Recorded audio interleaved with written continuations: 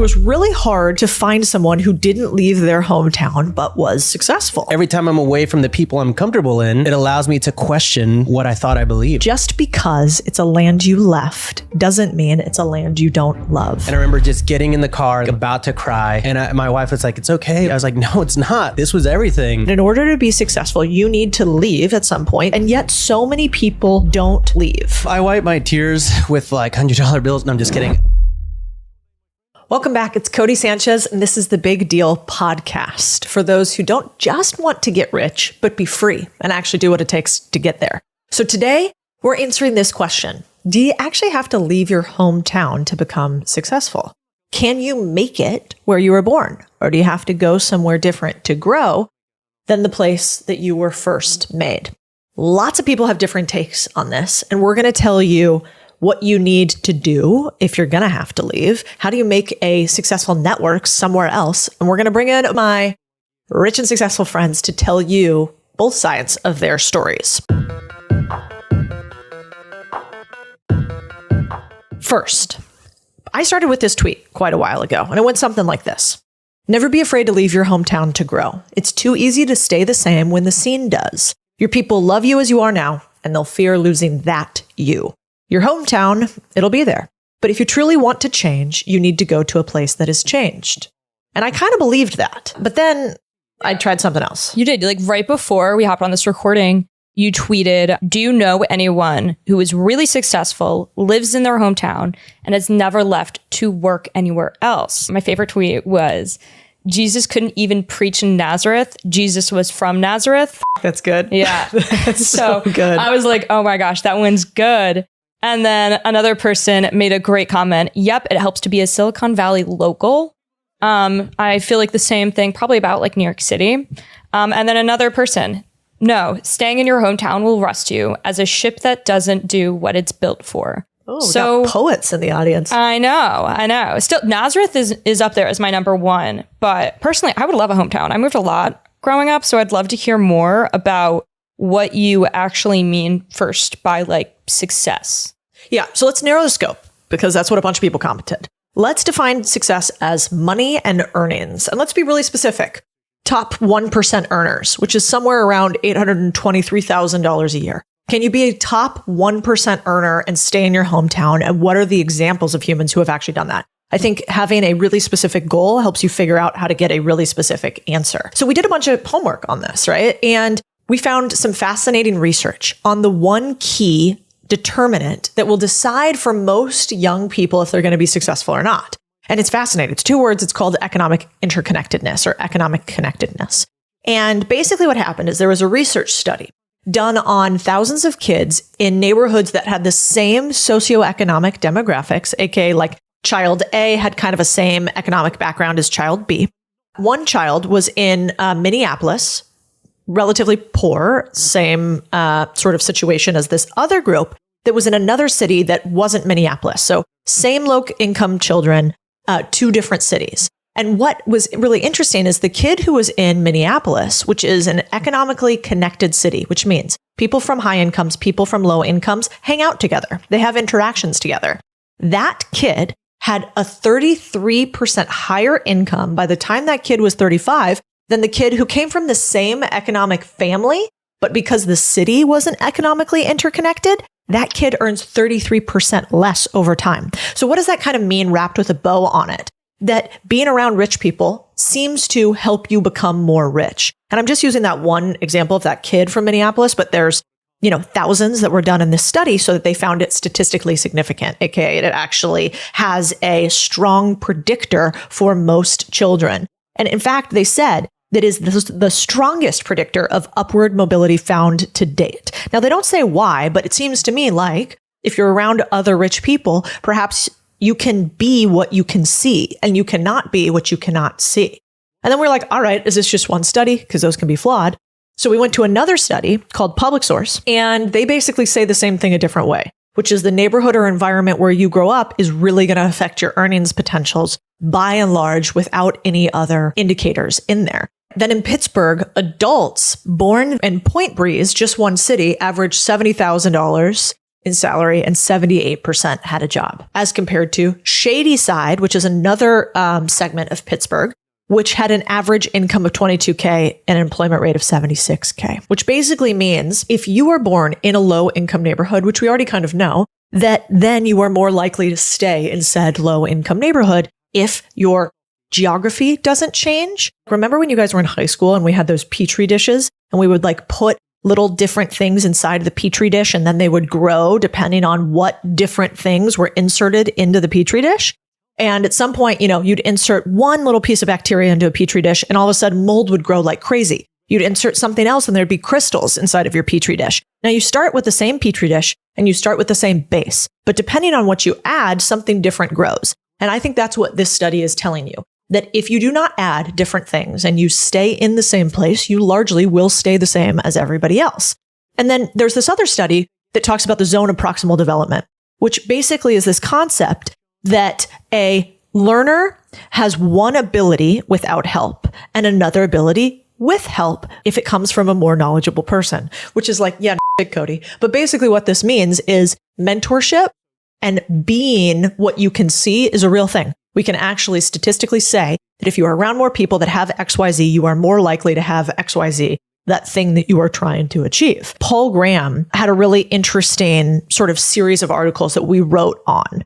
And if you don't know Paul, he was an early investor in a ton of stuff: Stripe, Airbnb, Amazon, Dropbox. He says, roots grow where planted. Your environment shapes your ambitions. And then he says, great cities attract ambitious people. So if you want to create, maybe you go to Austin. Those are my words. If you want to make money, you go to New York or where Rachel is. If you want to be innovative, you go to Silicon Valley. If you want to raise venture, you go to Silicon Valley.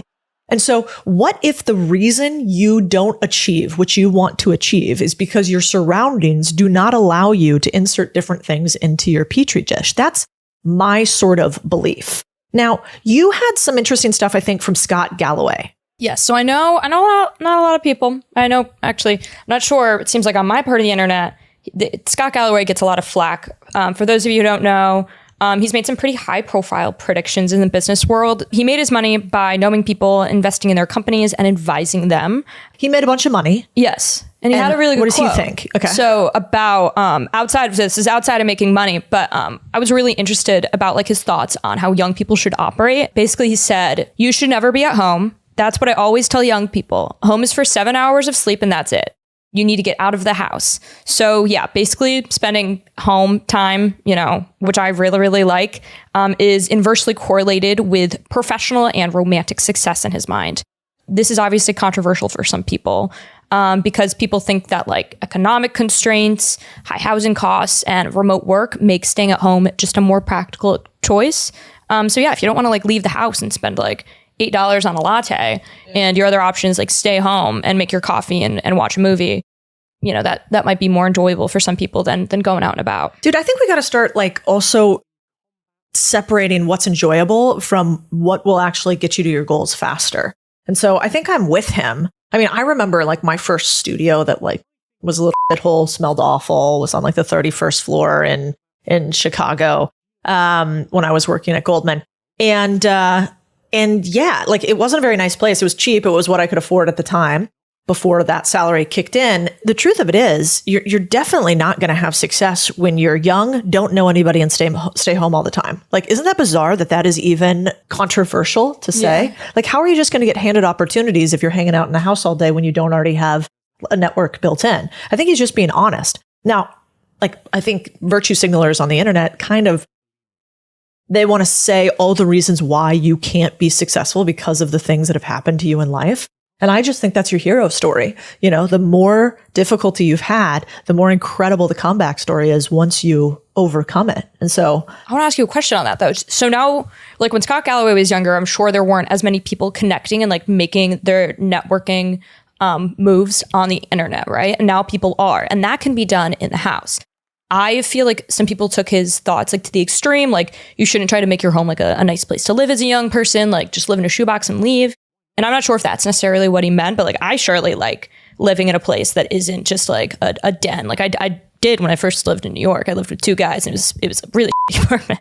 But I moved and now I definitely spend more time at home. And I think one thing that allows me to do that is like the ability to network online. I'm not spending all my time at home, but what do you think now about like the changing landscape of networking? Yeah, that's a good point. I mean, I'm on the internet all the time, right? I have a lot of resources. I've been pretty lucky in that way as my career has progressed. But when I moved to Austin, it was very thoughtful. I moved to Austin because we were going to media company. I didn't know anything about media companies. I've been in finance for a long time. I knew about how to buy businesses, but I didn't know anything about how to grow online. So what did I do? I certainly started networking online with other people, but then I became really good friends with like Noah Kagan and Sam Parr and all of these people here locally who are building or had already built media companies. And so I think it's really hard to beat the connection that is looking another human in the eye, shaking their hand, and realizing that you are real in some way, shape, or form.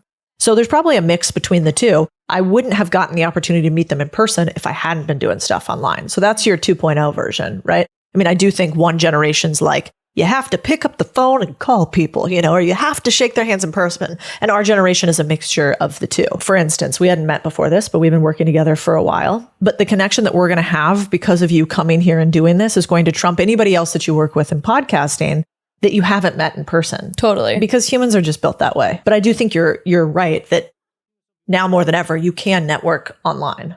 That's just devil's advocate too. I like vibing in person with people. That's like the whole reason I live in New York. Like I technically could live anywhere. Yeah. But the excuse to live in New York is just too high with that many people around you. Yeah. But I do think, give yourself an option of living somewhere that can feel nice, but can also feel tough. Yeah. I mean, all of us millennials, we love a little overpriced houseplant, but I do think that ability to be in a place that isn't so great and it pushes you out the door to go do things that make you slightly uncomfortable is something that you won't have to do later in life if you're successful. But doing it when you're young and resilient is really, really powerful. I want to get into the deal of the week.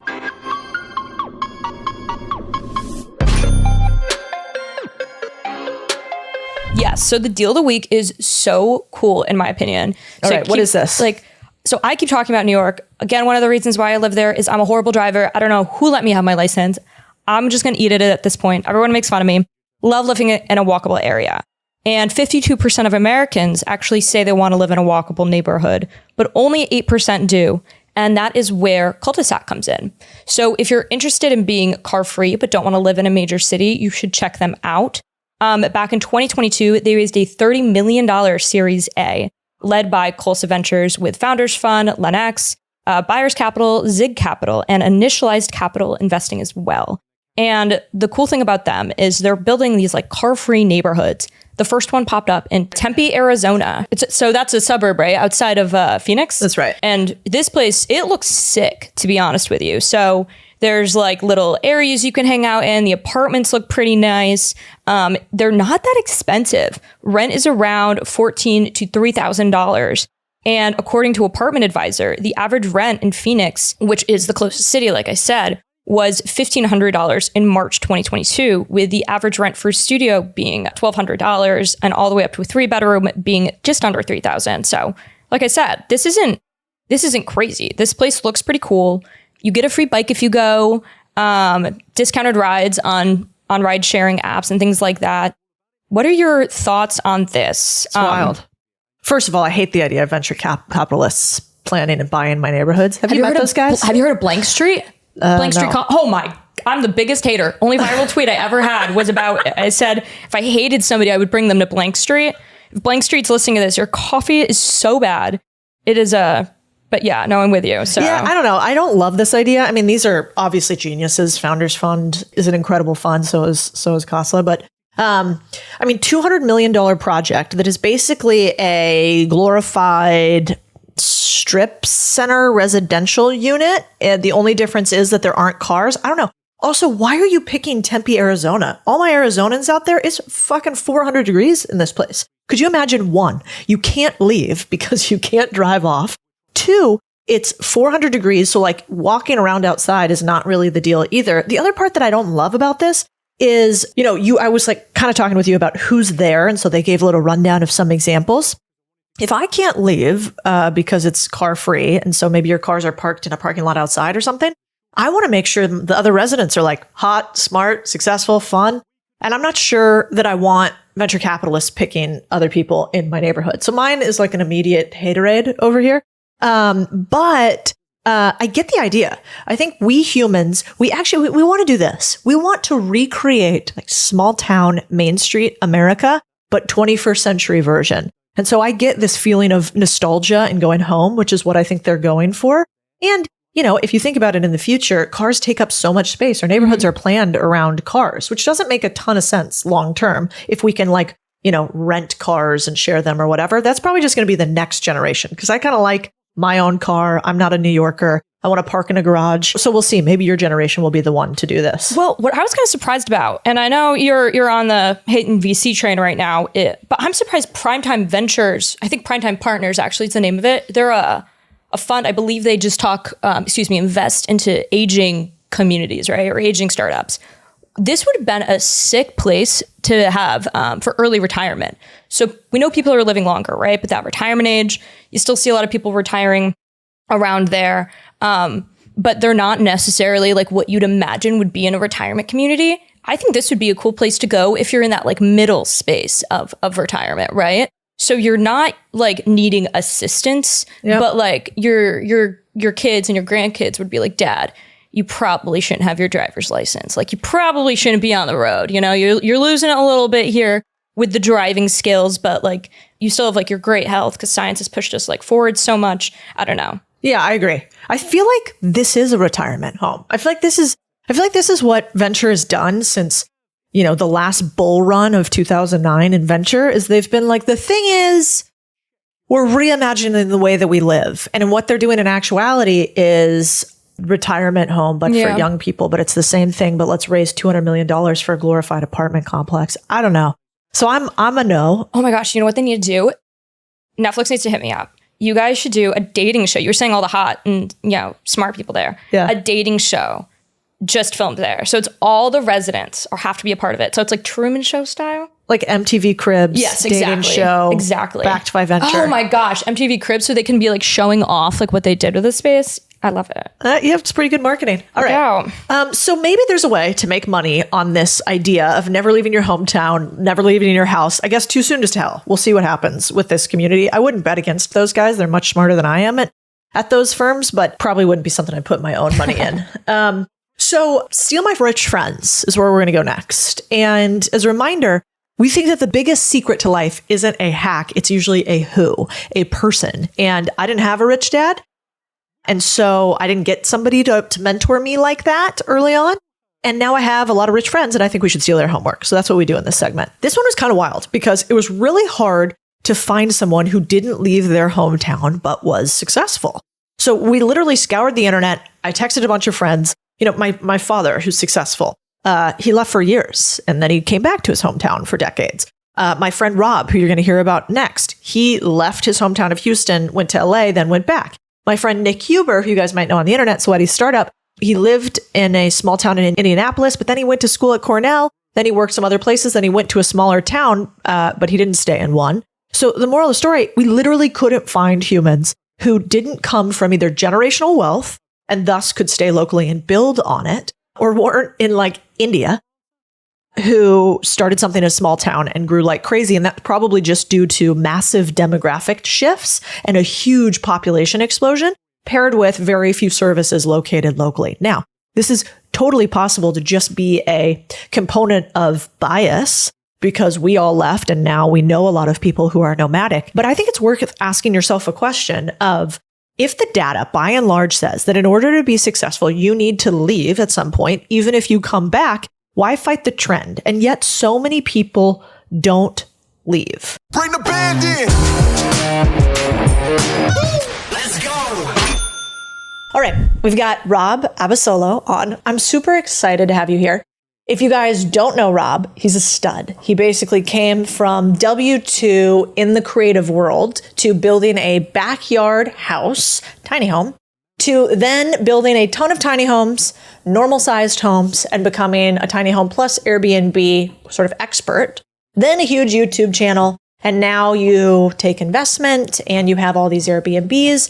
And what I thought was interesting and why I wanted to have you is you have a non-traditional path. You've had a ton of success. And I texted you and I was like, what do you think? Do you have to leave your hometown to grow or not? And you were like, well, I did. So let's talk about it. All right. The part I think is interesting is that you were born in Houston, you left Houston, and then you came back to Houston. We want to know, do you have to leave your hometown to grow? What's your 2 cents? You don't have to leave, but I do think it behooves anyone that wants to experience something different to leave. I mean, honestly, I think the problem with staying in your hometown is that you stay around the set of beliefs that you grew up in.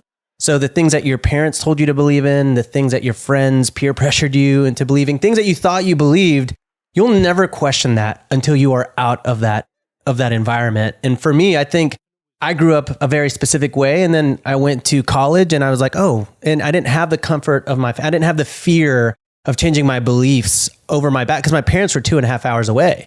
And then I moved to Kansas City after that. Then I moved to Los Angeles. Then I moved to Tennessee. Then I moved back to Los Angeles, now to Houston. I've moved everywhere.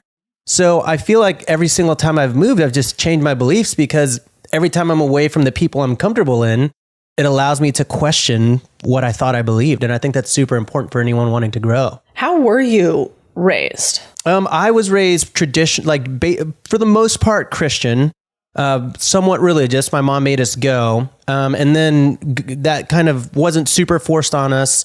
And then going into middle school and in high school, I got really close to some friends and they were super involved in their religion and into church. And so was I.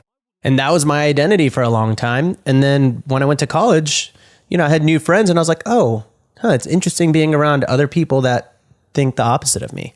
Yeah. And so what gave you the courage to actually leave first for college? Was that hard for you at all? I know like my parents, you're Latino, I'm Latino. My parents did not want me to leave. In fact, I didn't leave because I thought I should stay close by. Was that at all the same? It was tough because my parents are immigrants and they came to America to give us a better life. And they did, right? Like I was born here. I had an amazing life from my perspective, right?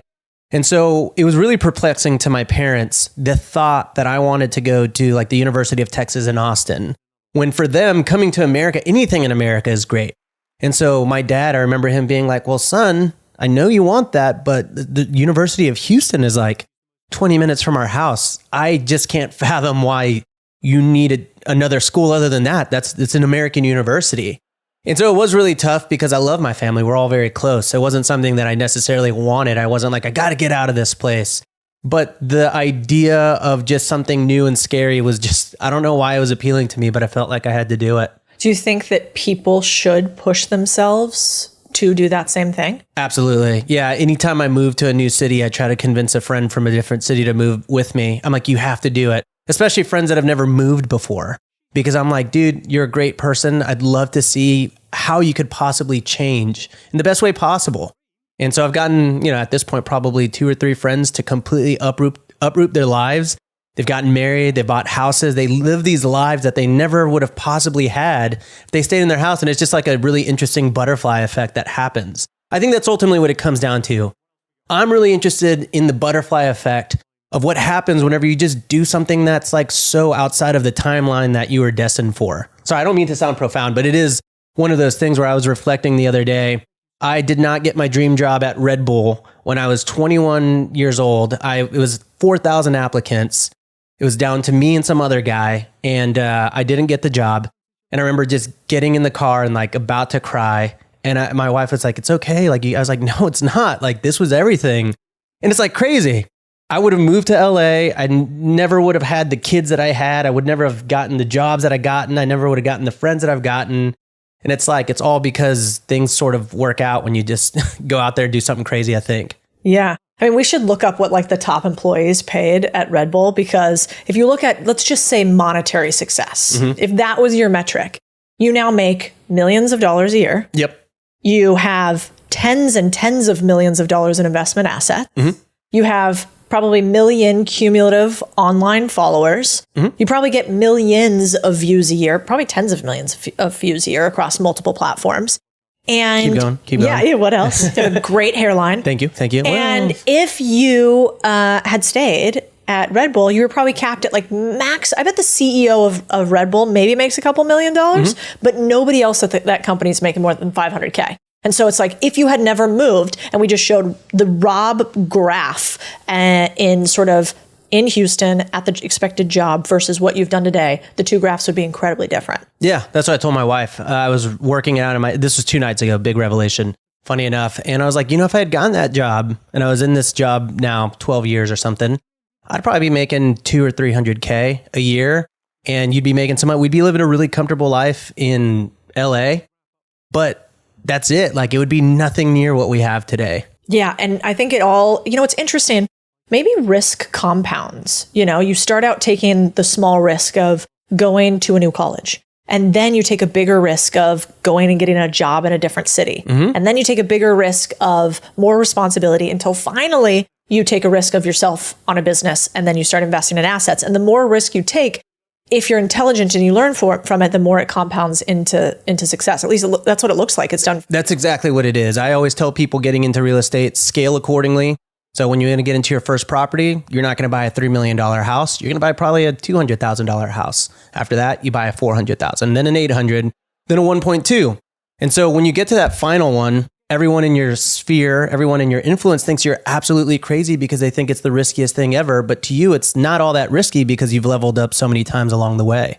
Yeah. The other thing I was curious about, and I try to go back and think about it for me, but you've now moved a few times quickly. And one of the reasons people don't move in any aspect of their lives, why they are static and thus start to atrophy, is because it's scary, the future, seeing the unknown. And I think a lot of it is like, well, man, if I move to LA, how am I going to have new friends? If I move to LA, how am I going to have new opportunities? But I actually think there might be the opposite of that. If you stay, breaking the cycle that you already have where you are is actually quite hard. It's like living inside of an ice cream shop and all of a sudden really realizing you're lactose intolerant and you don't want to eat sweets anymore. Yeah. Hard.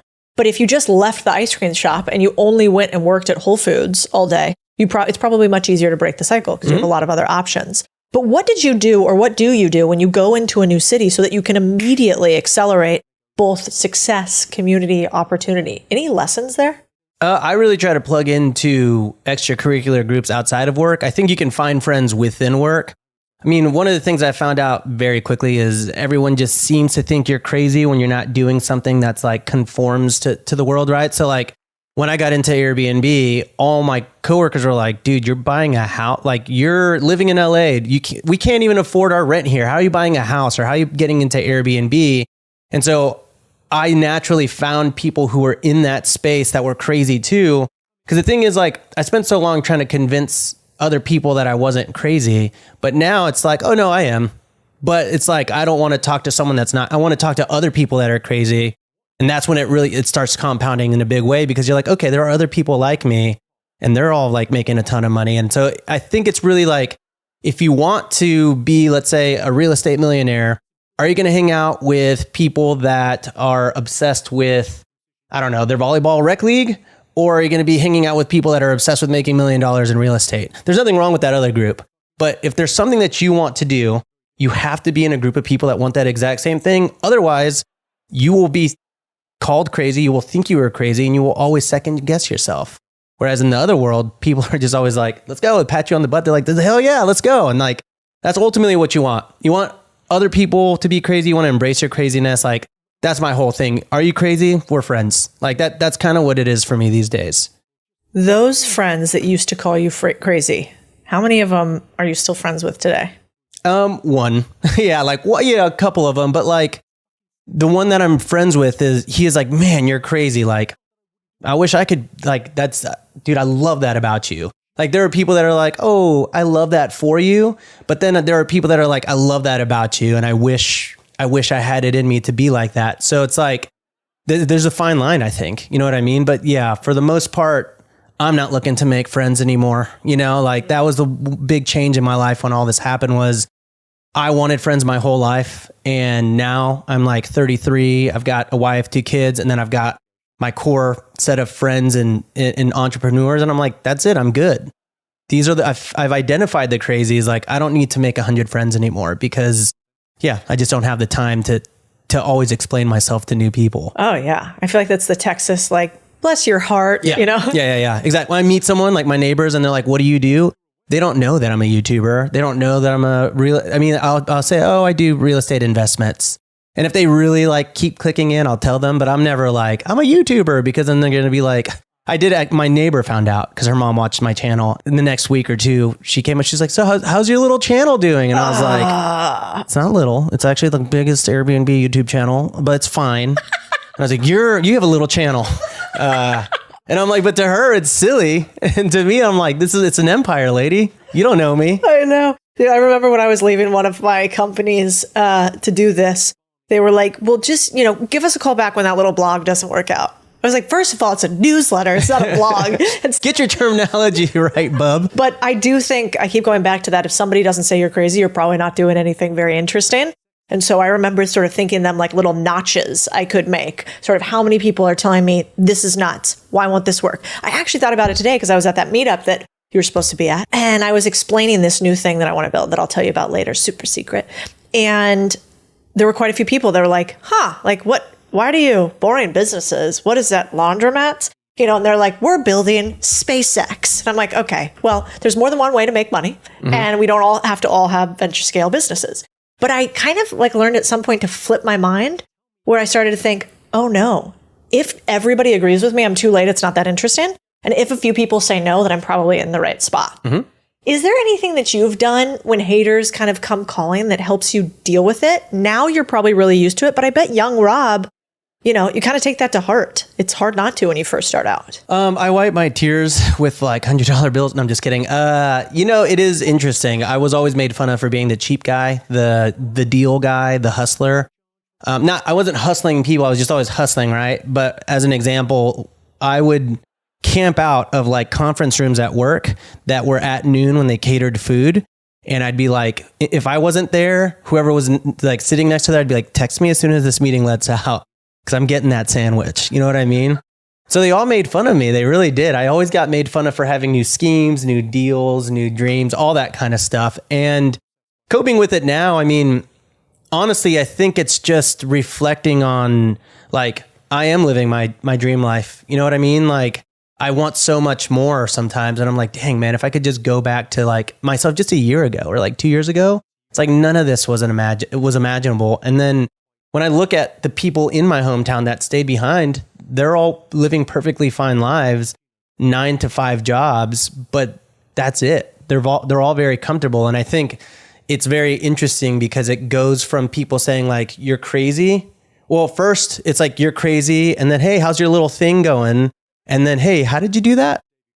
And I'm in that phase now where I get hit up by high school friends, college friends, old coworkers that are like, dude, I love your videos and all this stuff. Or hey, can I call you for a second to pick your brain? And I'm like, you never talked to me before this. You know what I mean? So I think there's a little bit of relief that it's oh, okay. I think others recognizing that, it is crazy and I succeeded at doing the crazy thing. And that's it's respect. I'm happy now. I've got respect and it's box checked. I'm good. I don't need any more. Respect me. No, I'm just kidding. No, it's not really what it comes down to, but it is nice to know that finally, I think when your initial sphere of friends and family, when they all recognize it, in a deep level and they're I want to do that, then I'm okay, I've even convinced the haters. Oh yeah. I mean, my parents to this day sometimes go, do you really own all those businesses? I'm like, oh yeah, made it up on the internet. And all these people who work for me, I pay them from, I'm not sure what, my secret OnlyFans account that has 2 subscribers. What do you think funded all this? So yeah, I totally relate. How about, we found this fascinating thing. We tweeted out about, do you have to leave your hometown to grow? Because Rachel and I legitimately couldn't find anybody who had been hyper successful, monetarily, just saying it that way, that had been born, raised, went to college, and stayed for most of their life in their hometown. And we finally found one who we're going to have on later, Nathan Barry. So we couldn't find any of them. And then I started going back and looking through old friendships and realizing, whoa, it might be one of the biggest unlocks to growth. Because when I look at my friends from high school, those who did not leave to go to college, it's just numerically true that I don't see any of them that, let's say, make top 1% earnings, even if we define it like that. Do you have people that didn't have family money and that didn't ever leave that achieved top 1% growth? I don't know anybody. It's anecdotal, right? But I don't know anybody that is top one. I mean, I think I might know a finance guy that went to school with me at UT, but that's even breaking the rule a little bit, right? And I think he's probably at this point making $150,000 to $200,000. Great salary. Yeah. Outside of him, not really. Yeah, it's wild. Not really. I just think in life, like we look for so many hacks, but there are a few that we know to be really true, which is if you can get around other rich people, it looks like statistically you have a higher likelihood of becoming rich yourself. And two, it looks like you have a high likelihood of not becoming rich if you never leave your hometown, which is wild. Maybe one of the last questions I have for you is like, you went back to Houston. So you left and now you're back. Why? So I started having kids with my wife, and at that point I felt like my identity was solidified. My beliefs were questioned. My beliefs were questioned by me. My beliefs were solidified.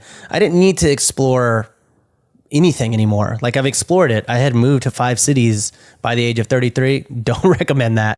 But I did it, and I had seen all the viewpoints. I had made friends from all spheres of beliefs and political and there otherwise.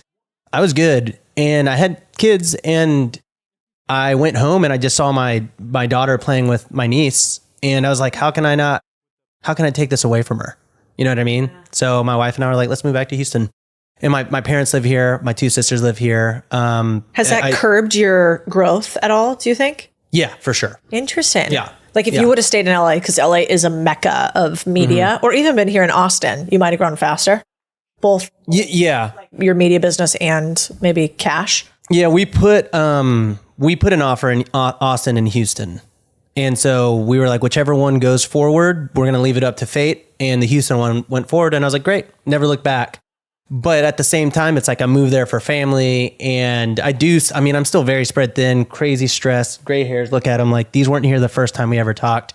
And at the end of the day, I can't travel like 30 weeks out of the year. Look, I'm no Pace Morby. I can't do. I don't know how he does it. It's like crazy. Well, I guess he goes with his family, but because of that, it's like, I moved to Houston to be close to family. And that's what I do.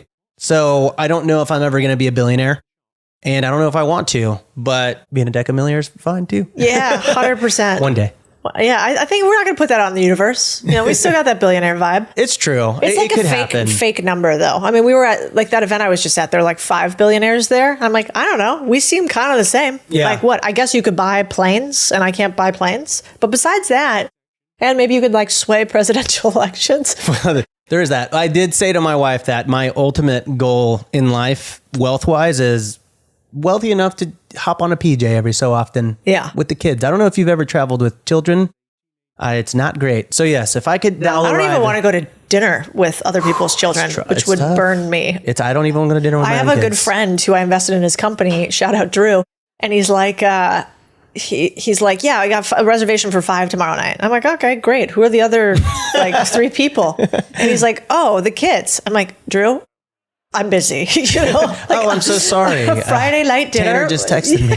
I was like, I love you, but I don't have children yet. And I want to preserve the desire for them for a little bit longer, Yeah. But to answer your question, I think moving back to Houston, it did slow things down, but I'm good with it. I'm still sprinting. I'm just not sprinting. Like if I had moved to Austin, I felt like I would have been surrounded by so many more entrepreneurs and people that are out there making that bread every day. But for me, I'm like, I got what I got. I'm going to focus on that and build it to as much as I can, close to family. I think that's what's important to me. Yeah, it seems like there's like a life hack from like age 18 to let's call it 35-ish. Mm-hmm. If somewhere in there you can move around and get like the fluidity and open the aperture to what's available in life, then you have this long runway. And if you don't do that, it seems you're less monetarily successful. And then at some point, we have a bunch of friends, mutual friends that are billionaires or are worth hundreds of millions that go back to tiny towns. I mean, Nick Huber, right? Like not a billionaire, but definitely worth a couple tens of millions of bucks and lives in a tiny town now. Yeah. And so I think you can return there, but I don't think you can start there. I think at the end of the day, well, first of all, I will say this. I've told you this before. I went to your conference. I spoke at it. I was in the green room full of millionaires and I think 1 billionaire. And that was the day, entrepreneurially, a lot changed for me that day. Because I was like, holy crap, like they're all smart. And I was like, this is the level that you have to be at to like have their success. And so it lit a fire under my butt to just like continually grind. This was before I moved back to Houston, but this was like, holy crap. Like if I want to be at this level, I got to operate like these guys. So I was like, went asking questions. I was like, how do you do it? How do you do it? Wait, you make how much doing who, what, like think like Justin Donald, for example. I remember talking to him for, an hour and being like, this is crazy. And then he was never like, okay, guys, I get it. Like move on. He was like asking me, I was like, whoa, this is crazy. It's like this guy, like he doesn't have to talk to me. So at the end of the day, I think there's also like a very giving component to that community as well that I think is like super important to find. Whereas I feel like people at the beginning of the grind, they're so competitive. Like no one wants to share. It's fight or flight. You know, I get it. And then, then you get, what's amazing to me is every level of the game where I think I got to figure it out, there's just another unlock. It's like a series of video games where like, I don't know what the cool video games there are these days, but back in the day, it was like Zelda. Like Zelda level 1 was like, I don't know, pretty chill. And then you get to whatever level and all of a sudden, like I was never going to pass it.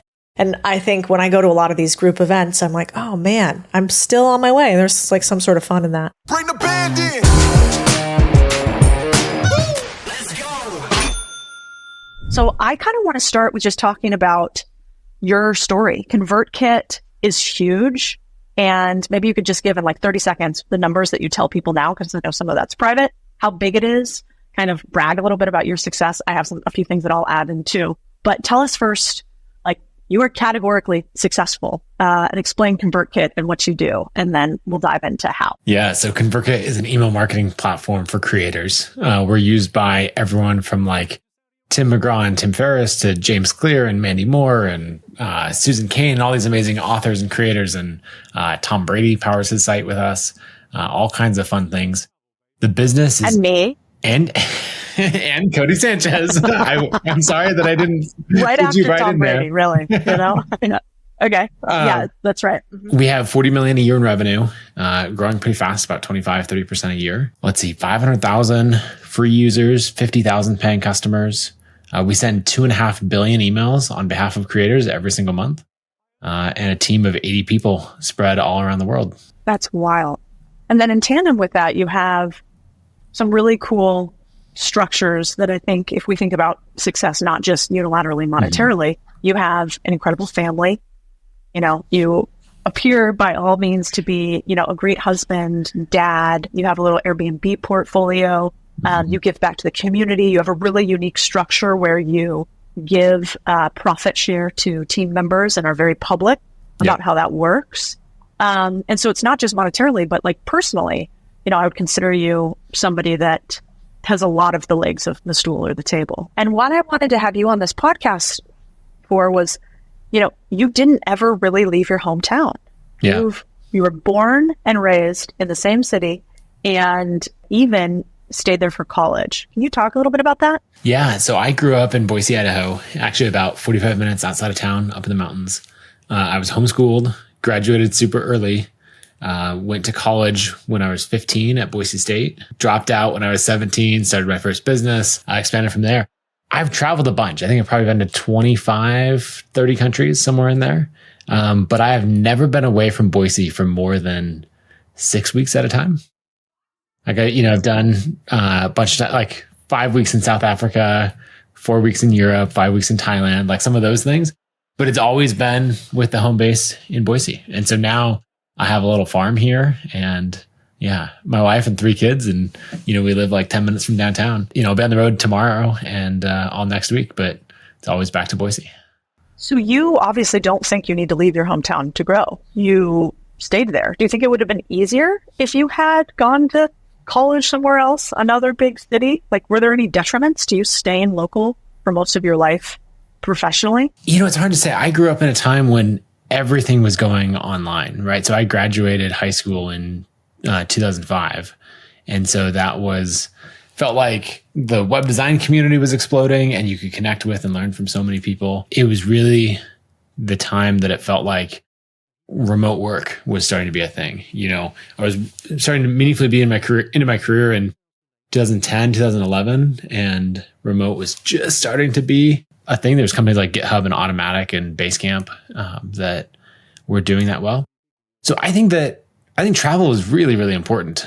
I don't know that you have to live somewhere else. I don't have an opinion on it in the sense of like, it's important to stay in your hometown or it's important to leave. I think it's really nuanced. Like I was jumping ahead I was in a hurry to grow up. And so for me at 15 to finish high school and be going to college, that wouldn't really work if I wasn't in my hometown. Right. And so I jumped my career ahead in a number of years, which required me to stay in my hometown rather than going to college at 18 years old, 19, and going to an out-of-state school. Yeah, that's a good point. What do you think you'll do with your kids? Do you want your kids to stay local and build? Do you want them to have those out-of-state experiences? Does it matter? I think they need to have totally different experiences, but how they go about it, there's a huge amount of flexibility in that. So we're at the point, I grew up in a family where money was very, very scarce. And I learned early on that making money is a skill. And I'm like, okay, I'm going to get as good as possible at this skill, really a combination of 1,000 skills. And so in the quest to do that, I learned all kinds of things. But when we got to the point that, now we're making a lot of money and there's no shortage, I was talking to a friend and he was saying, about this problem, like, okay, we're traveling. Should we book economy or first class? Should we charter a private jet or, some of these things? Four Seasons, or the Hilton, right? Where should you stay? And a friend of mine just said to me, it's like, you're worried about the example you're setting for your kids of whether like being in the 92nd percentile of wealth versus the 99th percentile of global wealth. And like, is that enough of a contrast? And what he said is you should be for them, help them compare to the 50th percentile of global wealth. Right? If you want to get them, it's not that by staying at a Motel 6 or, a Holiday Inn versus the Four Seasons, that's what's going to make them grateful for what they have in the world. It's really like get out and show them, like take them to Thailand, take them to, Mexico and show them all of these places where there's actually really a wealth discrepancy. And so I've done that where, one of those trips away is my sister-in-law is the head of education for a medical nonprofit in Thailand and Myanmar. So I've taken my kids there and they've seen that, like, I haven't taken them into the war zone in Myanmar, right? But they've seen a lot of that firsthand. And then we also support an organization called New Story Charity, building homes in Mexico. So I've taken my two older boys, down to Mexico City and then out from there to really just show them the rest of the world. So I think it's very, very important to get that context and that experience. Yeah. So you give them contrast. Yeah. Basically. And they might get much better contrast between Boise and rural Mexico than, or Boise and rural Thailand than they would get between Boise and a college experience at Stanford, right? Like that, it's a different state, but it's not that different. But you're kind of optimizing for like humility and humbleness, right? As opposed to, I think a lot of people optimize for opportunity and connection, right? Like if they go to Stanford, who are they going to know and what opportunities are they going to have? Do you think about that at all? Like, man, maybe it would have gone faster for me at ConvertKit if I had gone to New York and met a bunch of big people that could have invested in me earlier. Or do you not think that way? I don't think that way, but that's probably because I didn't grow up in that environment where the country club membership is the thing that got you access to whatever else. And I feel like today as a content creator, you have access to so many people, right? You put out a tweet telling a great story and then have a call to action at the end. And all of a sudden there's 50 people in your inbox that are saying, hey, let's partner on this thing. And so your work can stand on itself. Now, I think that the connections are so, so important.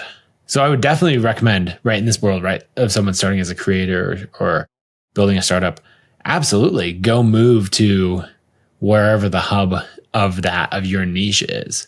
It could be for 3 months or it could be, 3 or 5 years, and try it out. I don't think it's mandatory, but you can accelerate that by really, really a lot. Yeah, I think that's probably true. Yeah, I've just chosen to do it through travel from my home base rather than, moving for a longer period of time. Well, the other thing is that we have some mutual friends like Nick Huber, for instance, who lives also in a smaller town, not that Boise is that small of a town, but, and basically flies in and flies out to conferences, which is probably the way to hack not living in a big city. And so, you could just fly in and out to ConvertKit's annual conference or to create Cultivate each year, to VideoCon and by that have some hand-to-hand connection with people. But for the most part, our generation is mostly online. So you're right. As long as you create cool stuff, you sort of attract cool people. You can also end up in a trap of having way too many conversations and not doing enough work. And so you feel like this, to be true that, right, that relationships and connections are everything. And so I see people get into this mode. They know everybody. They're always connecting and networking and all of that. And you're like, but what do you do? What have you done? And what I love is this idea of like being heads down, hermit, execute mode, and then resurfacing and having a body of work so that people want to connect with me, right? Because I've built a company to this level. People want to take my meetings. And then I'm off to Austin, lining up a bunch of meetings, having these conversations. And then I'm back home and I'm working, right? Whereas I imagine in Austin, you have this problem. I was just with friends in New York who I know have this problem where someone is always in town perpetually. And so either it's all your entrepreneur friends who maybe have exited or are coasting or whatever else. And they're like, hey, let's just hang out. And you're like, hey, I'm still in like grind mode. I'm still trying to scale this thing. Or it's everyone who is just in town saying, hey, can you grab coffee? Can you do this? And Boise is a great place, less so now. It was a great place to heads down and execute rather than, constantly be pulled into networking mode. It's such a good, first of all, I hate networking. I think it's one of my least favorite activities. But you're right. Like we spend the summer in San Diego for 3 months each year and there's nothing going on there. Like we don't have really any friends in San Diego. And the whole time, all we do is build and go on walks and think and give a little bit of space. And then when you get back to Austin, there's about 472 activities you could do every single day. And that works great if you're a venture capitalist and you're just like looking for the next connect to invest in. But it doesn't work very well if you want to build something meaningful and it requires a lot of your mental focus. So that's a really good point. It's basically like a hermit and then sort of helicopter in, and then you helicopter out and go back to hermit land. I'll give you this quick breakdown of the playbook that I have now when I visit a city. So I did this over the last couple of weeks in New York and Nashville. I've got New Orleans next week. And basically what we do is I show up and I have, a database of everyone that I want to meet with in that city. And so I'm saying, hey, I'm going to be in town. Would love to meet up, all of that. And then, so I'm trying to get a bunch of one-on-one meetings. Maybe in a 2-day period, I'll try to have 5 one-on-one meetings. And that'd be things like Tim McGraw has been a customer for a long time. So when I'm in Nashville, I'm meeting with his head of digital. We're talking about like the next things we're going to do together. And then I've got a series of dinners that I'm hosting. This is all pretty standard. But anyone I couldn't get one-on-one or I don't want to dedicate quite that much time to, I'm trying to grab them in a dinner setting and host something. Then I host a mastermind where I say, hey, for a half day, from 1 to 5 p.m., I'm getting 20 creators in a room and I'm going to teach and, share ideas and all of that. So I can get a bunch of people to that. Then I do a live podcast recording for my show, $1 Billion Creator. And we bring in another guest. It's in front of an audience of 100 to 200 people. That's creating content that can be shared everywhere. And then finally, after that, I'm doing a creator meetup, right? And so it all builds into itself. We're going 1-to-1, 1 to several, 1 to 20, and then 1 to many. And so in a 48-hour period, I can cram in without feeling too overwhelmed. I do fall asleep on the plane on the way home, but I can fit in really a ton of intentional connections and facilitate that for other people. And then I still spend 90% of my time at home in build mode. God, that's so good. I love that framework. You need to name it like you do name a bunch of your frameworks. I feel like that would make a really good yeah, blog and then people would just quote oh yeah, that's the Nathan. I don't know. Yeah, we'll brainstorm it. We'll figure it out. Yeah, okay, I'll get back to you on that. Let me give that some thought. Yeah, I'd really like the idea of this layering of humans with intention. A lot of times it's just whoever do you think of is the person that you reach out with. Tactically, what database do you use? Does ConvertKit have a friend CRM? I know there's always so many of these. I always want one. I never like the ones that exist. What do you use technically to actually do that? Yeah, it's not as sexy as I wish it was. So our sales team, I make them track location for every person they're talking to. Because the number of times you're doing a deal, and it's we're back and forth over Zoom calls and emails for 3 months. And I'm like, what city are they in? And it's San Diego. And it's cool. I'm going to happen to be in San Diego in 3 days. And they're like, really? And you're like, no, I'm booking a flight because why not? Like I'm going to make that happen. I've made so many great relationships by just being willing to jump on a direct flight somewhere and line it up, spend a day doing that. Same thing with closing talent, right? If you're trying to land a new head of ops or sales leader or something, like get on a plane and do that. We track that in our sales CRM. And then for Twitter, I can't remember the name of it, but there is an app that I use that tells me all my top followers by city. And then it will also tell me top followers by, like I can search bios or anything like that. So I could search for anyone who has newsletter in their bio and more than 20,000 subscribers or followers on Twitter. And that gives me a list. So like, who are my top followers in Austin or New York? And then also the ConvertKit database of like, where are our customers? With you in particular, you have all of these frameworks, speaking of which, that it seems like you use to run your business and your life. I really like this one. We'll have to name it. But what other ones do you think are relevant to this idea of accelerating your career or accelerating your business, and the fact that you've done it without being in a massive hub and having not come from lot? You didn't raise capital for a long time. You built a lot of the business yourself. You kind of did it all the quote unquote harder way. So what other frameworks do you think would be relevant to people listening? Yeah, I have this one called the Ladders of Wealth Creation. And it's my attempt at breaking down all the things that I observe to be true about making money and building wealth, and then try to explain it systematically. And so it basically takes you through these ladders of first trading time for money, and then, or like basically first having a job and then having a services business where you're still trading time for money, but you have to learn these new skills, and then productized services, and then ultimately into products. And I try to teach through, basically there's 1,000 skills to making money and building wealth. And if you try to learn them all at once, you're going to fail, or it's going to take an absurdly long time without any positive feedback along the way. Like it's just going to be depressing. And so instead, if you break it down and you move between ladders and you learn, these small skills, right? Like you and I forget this now, because we're like, if we said, hey, let's start a new business, form an LLC, done, next, move on. But you don't realize that the first time you form an LLC, that's actually really hard. Because you don't know what you don't know. And you're like, the Secretary of State, and what phone number should I put on this? And a registered agent, what is that? That sounds so official. And so you have to learn that. And there's like literally 1,000 of these things, how to write copy, how to make a sale on the internet, how to show up and work consistently, all of those things. And so if you try to learn them all at once, you'll fail. And so with the Ladders of Wealth Creation, I'm breaking down, here's how throughout your career, you can learn these skills that you need. And I think that can happen, in your hometown, but then also you could say, hey, I'm going to move to Austin because I believe the next 5 skills that are most valuable to me for me to learn are X, Y, and Z, and I think Austin is the best city because of these reasons. Or I'm going to move to New York or LA or anywhere else because I've clearly identified the next skills that I want to learn. And then I've decided that this is the best city to learn those skills in.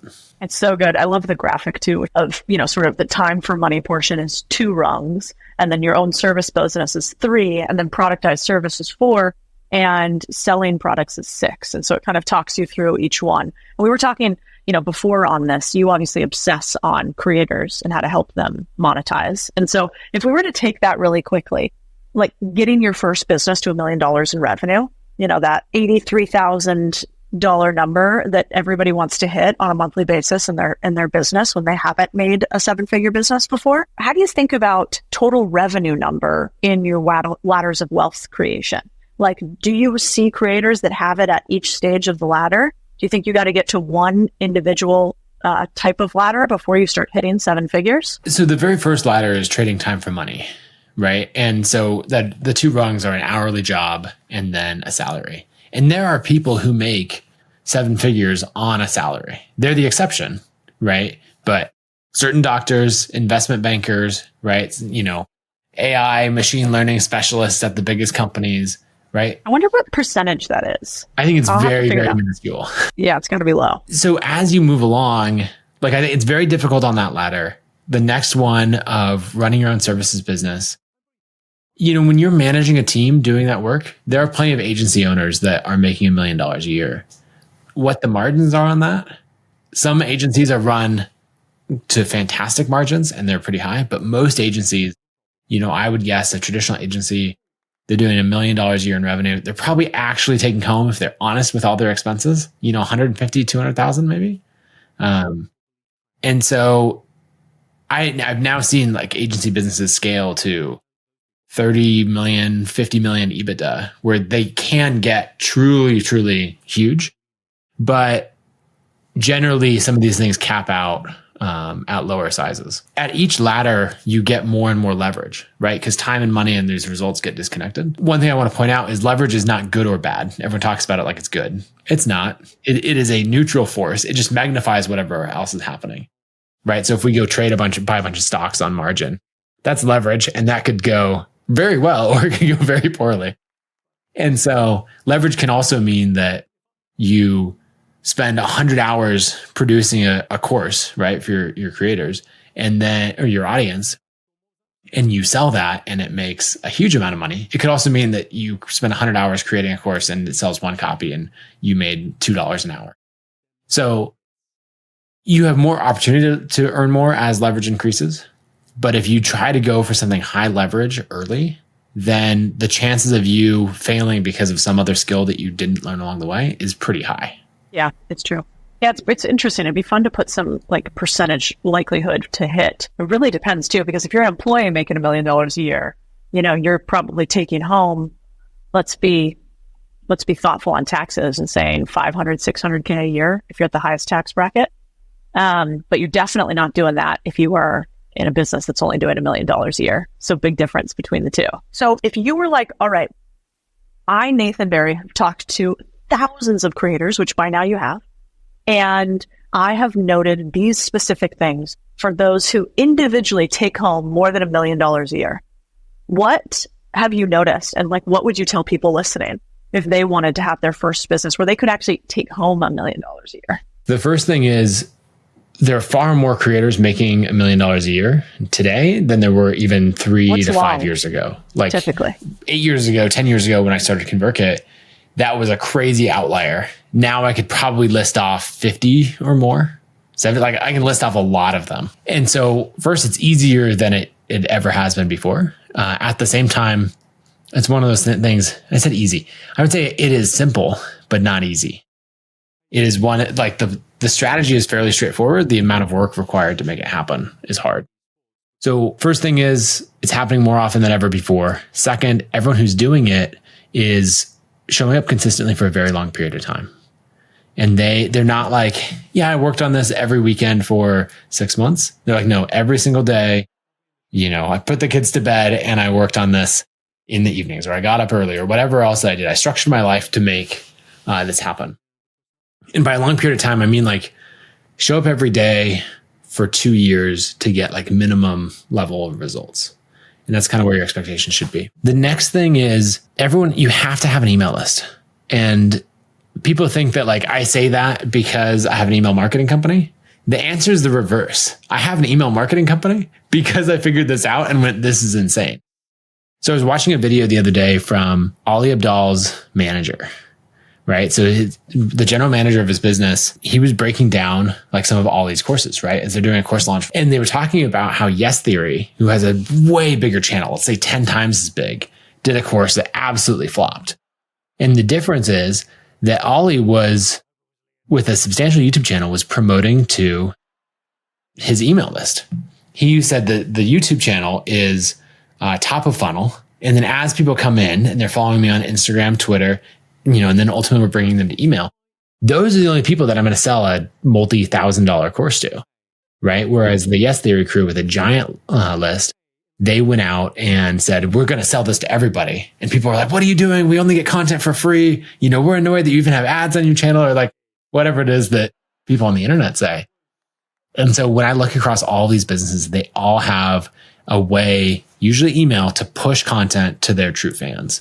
And if you have those things, then there's a pretty clear path to $1 million a year in revenue. I totally agree, by the way. Our email list is like the one thing I would never give up. I would give up a lot of social channels, but I would never give up our email list. The other thing I think that I'm sort of noodling on right now, because you have this new $1 billion creator podcast, right, is just playing the game of what are the levels and what are the best businesses to play in? And it'd be interesting for you to have a framework on this. I have one we're kind of working on trying to figure out, based on margin and multiple. So like, what can you sell the business for? And how much do you take home every year as a percentage of your total dollars in? Based on those two things, on varying types of businesses, kind of similar to you, productized business, let's say SaaS, let's say CPG, et cetera, what are the best ways to play? Because what you've kind of realized is that as a creator, you have a set amount of attention for some period of time. Some people can stretch it longer or shorter. And there are some businesses that have reputational issues if you sell them, and some businesses that you just don't make any margin on, even though you can sell a lot of them. And so playing the right game is so important, but nobody talks about that. Everybody's like, I have a business that does 12 million in revenue or 2 million in revenue. And that really means not a lot. And so the real question should be like, what's your net profit, or what's your margin in your business, and what can you sell your business for? Or even better, is your business sellable at all if you're a creator? Do you have thoughts on either of those before I let you out of here? Yeah, the first thing is that creators are the best in the world at capturing attention. And on one hand, they're great at monetizing it, right? We talk about the creator who makes $1 million a year, and that's insane, right? They're making more than most doctors who went to school for 8 years for this one thing and worked their way all the way up the ladder. And a creator's like, yeah, I've been doing this for 3 or 4 years, and there's $1 million, at high margin with good tax incentives as a small business owner and all of that. But I see audience after audience that is under monetized, making $1 million a year and crazy under monetized. One of my favorite examples is Mark Sisson, who he had a blog called Mark's Daily Apple. It's still around, but in 2014, I think he had about 150,000 subscribers on his email list. And I estimate he was doing between $1 and $2 million a year in revenue. So amazing business, wildly successful. And he is monetizing through some digital product sales, advertising, affiliates, that kind of thing. Pretty traditional playbook. And if you think, okay, 100,000 subscribers, 150,000 monetized to a million or 2 million, that's pretty good. But what he ended up doing is saying in his audience, they kept saying to him like, hey, we want paleo friendly, not just recipes, but we want to buy the products. Like, just let me buy an avocado oil mayonnaise. Like, don't teach me how to make it. And so he ends up starting Primal Kitchen. He builds it, uses the email list to kickstart it and launch all of that. And then in 2 years, he sells it to Kraft Foods for $200 million, which is mind blowing on several levels. First, the $1 to $2 million a year that he's making, like, that's fantastic. And then he goes and creates 100 years worth of value, or 200 years in 2 years. Then the other thing is, since I know your audience loves thinking about taxes, he would be paying ordinary income on that $1 to $2 million a year, long-term capital gains on that 200 million. So it's like, wait, you're making 100x as much and you're paying half the taxes. Like, and so when you think of anytime I see an audience and I see a creator earning a great living, I look at it and I go, okay, what's the thing that they could build that has long-term enterprise value that they could then sell? For me, that's ConvertKit, right? I have an audience teaching designers, content creators, all of that. I'm building a software company that software is valued at great multiples. That's my, $1 billion play. But you see it all across the board. Celebrities are doing it like crazy. Creators are doing it. And it's because people are understanding the fundamentals of business now on a different level than ever before. Yeah, I totally agree. I think about that a lot too, because a lot of people on the internet actually don't like when people sell info products and courses. There's like terminology around that, and what I think is so funny is, since I'm a finance creator, is how much more money I would make if I just raised money and invested in like way more deals. I would take 2 and 20. I would take 2% of every dollar up front, and I would take 20% of all profits over a hurdle rate. And so that is a very easy $1 billion play. And I shouldn't say easy, a simple $1 billion play that's been done a million times. But actually what's more valuable for the audience is the ability to learn how to do it. And so I think a lot about what's the right monetization structure for you as a creator, and then for the legacy that you want to have. I don't think people learn that much or get that much value from having another fund to invest in that has like a 5 to maybe, if they kill it, 20% annual return. Like, that will change nobody's life. Even people who have millions and millions of dollars. It doesn't change anybody's life, except in the business that you're doing on the employees that you have. But if you teach people how to do it, then it could change somebody's life. That's why I do it this way. But to your point on Mark Sisson, I've thought a lot lately about how do we give them the mayonnaise? How do we give them the salad dressing as opposed to tell them how to do all of it in a way that's easier? And so now we're starting to obsess on this problem too, and I'm going to harass you on it. All right. So basically, you're the one human I've found who's built a giant business and never left your hometown. I love hearing that. I think it's really cool to think about how to do it online and with these sort of drop-ins. And in a world in which increasingly you can do work remote and small towns can really benefit, I think, from companies like ConvertKit being in those local ecosystems. It's a cool model for somebody out there listening, if you're in a small town, to not feel like you have to leave it all behind to build something huge. So thanks for sharing your story with us, Nathan. Yeah, thanks for hanging out.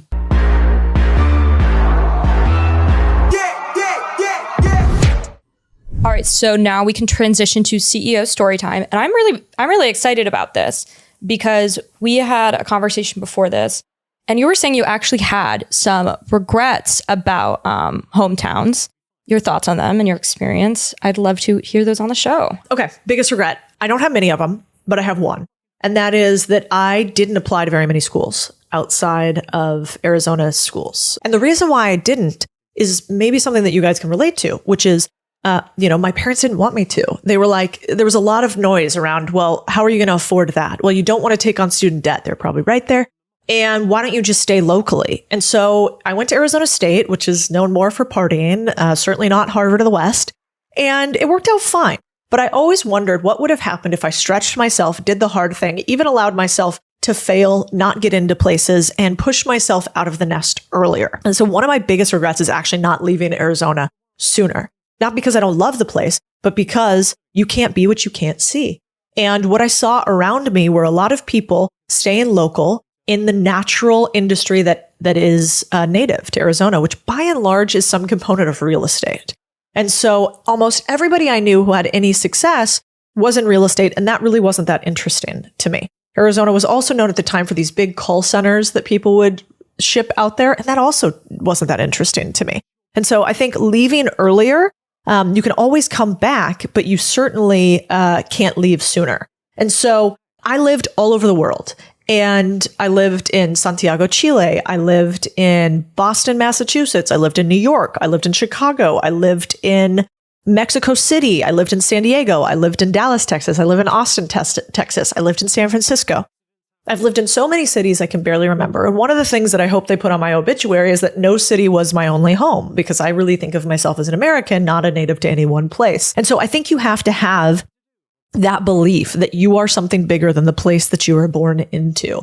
And once you realize that, you don't have these ties that are usually associated with sort of guilt and fear. What happens if I leave these people behind? What does it say about me that I am the type of person that I would leave? And how will I feel when I say that I am somehow better than others that have stayed in the same place for all of their life? What does that say about me? And I don't think we should all flee, but I think we should do what, we should do it like the Mormons do, which is like send the kids out, let them experience the world, adventure a bit, and then come back to where you are if you want to. But make sure that you have those like early experiences. I do have a question that's actually not on here, and it is about like an Atlantic article, and I believe it came out a few months ago, and it did talk about like happiness in relation to how close we lived. And we had a tweet that we just didn't read on here talking about how a woman lived in Sardinia. She's almost 100. She lives around her friends and she's extremely happy. And basically the stat in the Atlantic was like, I believe, by the way, this is a study that was done by like Harvard in conjunction with San Diego or UCal San Diego, I believe. But basically, friends living within 1 mile of each other are 25% more likely to feel happy, and their friends have a 10% chance of feeling happier too. So what are your thoughts on moving from all those places and like your internal happiness? There's a fun thing we should do with statistics whenever they're told to us, which is we should say 25 or 10% of what? And so if it's like, well, 10% happier of the 5% that is normalized, well, that's not fucking worth it. And so I think we have to dig into statistics just by and large, a little fun aside for any of you economics and statistics nerds like me. My belief is typically the people that you are raised with and born alongside are not of choice, but of chance. And so you surround yourself with humans because you happen to live in a house next to them, not picked by venture capitalists, but just picked by your parents and chance and time. And so when you actually grow and you are systematic about choosing your own friends, not because they happened to be in some school alongside you, I have to imagine that those relationships are tighter, stronger, and more propelling. And so the friends that I have today are ones that are chosen. And because of that, those friendships tend to be really deep. The second thing I'll say is I watch my husband, who was in the military and went to the Naval Academy. And friends that are forged through difficulty are incredibly strong bonds. It's really interesting when you have shallow friendships based on those you went to school with and where you are locally. Have you ever had those conversations where you sit with somebody that you went to high school with? And what do you typically talk about? The past. How did it used to be? Remember that one time. You're not thinking about the future. And so I would push back on this article and say, absolutely, you want friendships and close associations, but choose them wisely. Cultivate them like you would a garden as opposed to a slew of weeds that just happen to be grown there. And if you do that, something kind of magical happens, which is that you find humans that are aligned with the things that you actually like in life as determined by you, the adult version, as opposed to chance through school. Yeah. And I guess on that, I also have another question just talking about hometowns. So I've noticed, especially since the pandemic hit, maybe this has to do with the rise of like cottagecore stuff on the internet. People are moving to smaller towns, which is like what we've been talking about and romanticizing their lives out there. I went to Hudson, New York recently, 2 hours outside of New York City. Cutest place ever. Could totally imagine myself living there. Do you think like with the rise of people kind of normalizing living in places that aren't these cities like Austin, SF, New York, that people are going to start staying in their hometowns more? That'll be interesting to see what happens. Seems to me that you go to population dense and opportunity dense cities to start, grow, and proliferate your ability to have optionality. AKA, I'm not sure what I want to do, but I want as many options in order to do it. And in order to get that, you can't do that if you're in Waco, Texas, typically, or if you're in Piedmont, North Dakota. Your optionality is going to be limited locally. And perhaps because of the internet, you have wider optionality, but still that hand-to-hand combat is really important. And so I imagine many of us will be in population dense cities. And then as we establish ourselves, our credibility, we already have our networks, then we can move out more remote and we will have this cycle again with our children. So our kids will grow somewhere that they will need to leave in order to have the next stage of growth. But yeah, I mean, I think all of us, I was just texting a group of friends yesterday who are all like high performing women. Emily Frisella, who, is married to Andy Frisella of First Form, and Gabrielle Lyons, this badass author and doctor, and Layla Hormozy. And I was just texting them like, is there something wrong with me that what I'm really into right now is like building an empire, getting a six pack, being happily married, and I'd like to decoupage these pumpkins because I found this fucking adorable thing on Instagram. And so I think that idea of nostalgia and small town living is real when we are stuck all day with our faces to a Zoom screen. I would just say don't do it before you've achieved the things that you want to achieve, because if you move towards that too young, I've seen a few things happen because I have a few years on you, for instance. I watched my girlfriends in Dallas, Texas, get married young, move sort of remote, focus a ton on just their family and marriage and things like decoupaging pumpkins. And I would say about 60% of them are now divorced. And they're trying to figure out their next stage because they didn't have optionality young. And I think a lot of them didn't do it because they wanted to do it. They did it because they thought that's what you were supposed to do. And there's no right or wrong. Building an empire sucks often.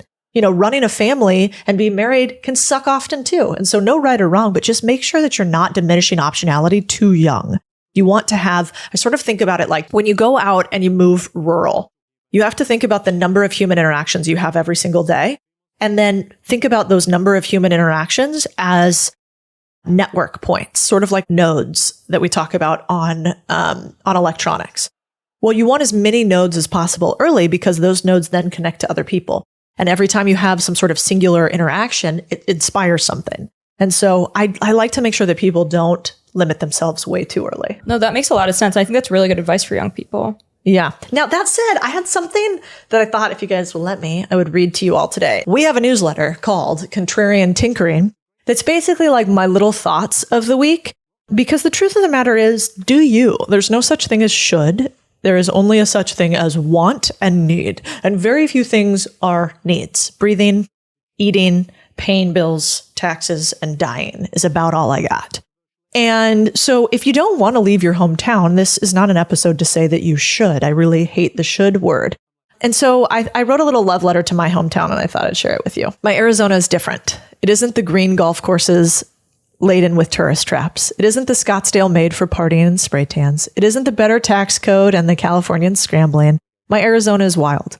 It's thunderclaps so loud they shake the house. Heat so hot your shoes stick to the asphalt. Rain so heavy the smell of creosote rubs off on you. A state where the very electricity in the storm sets your hair on edge and the dust storms are so big they block out the sun. We do nothing halfway. We're not a 40-mile-an-hour crew. We're 0 to 120. Whether it's our gun laws, our real estate market, or our hot sauce, ain't nothing mellow around here. The Texans like to say that they're the toughest in the West. Well, Arizona is where Geronimo surrendered. It's the land where the OK Corral saw the Wyatt Earp battle. The land where the West didn't need 10-gallon hats.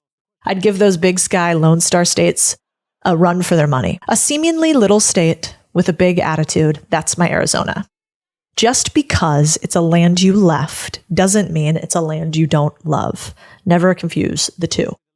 All right, that's a wrap on today's episode. I hope you gained a little piece of wisdom, perhaps, about what it means to travel beyond the places that you've known before and the person that you were when you lived there. If you liked this episode, give us a little love. You know what we'll do? We'll give you 10 of my favorite little snippets if you write and review the podcast. Link is in the show notes. And if you DM us on Instagram at Codie Sanchez, I will make sure that you get my little diary that nobody else does. Tell me if you end up leaving your home state.